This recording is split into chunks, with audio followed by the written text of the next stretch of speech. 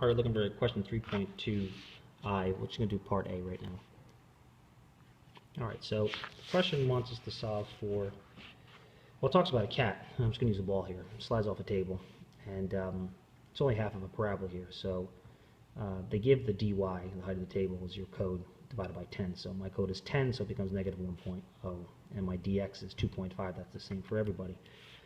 A couple of things. Horizontal, we assume it's 0 because there's no acceleration, because it's 0 because there's no friction. So we just don't assume air resistance.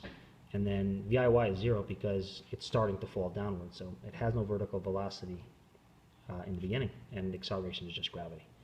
Alright, so the first question wants us to figure out what is his VIX. Step 2, I have AX and dx. Step 3, the only equation you can use is this one, where this part gets canceled out because it's equal to 0. Step 4, 2.5 is equal to blank, VIX times blank. We don't know what time is equal to, and that's our bypass.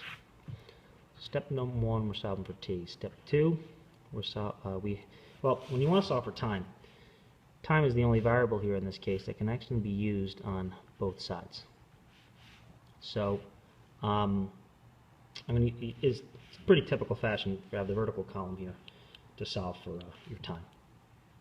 So I'm going to use VIY, AY, and DY. I'm just trying to figure out how much time it takes for it just to fall down vertically.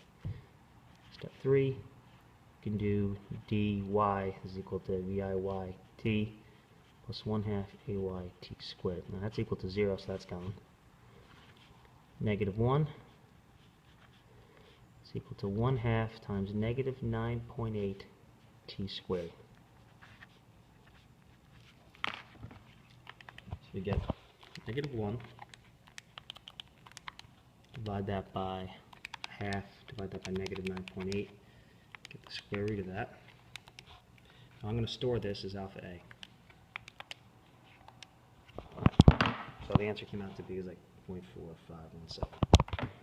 Alpha A. Take alpha A back here, just divide it over. So it's going to be 2.5, divide that by alpha A. You get that. I'm going to store that now as alpha B. And that is my VIX of the initial horizontal speed, 11 miles an hour or so.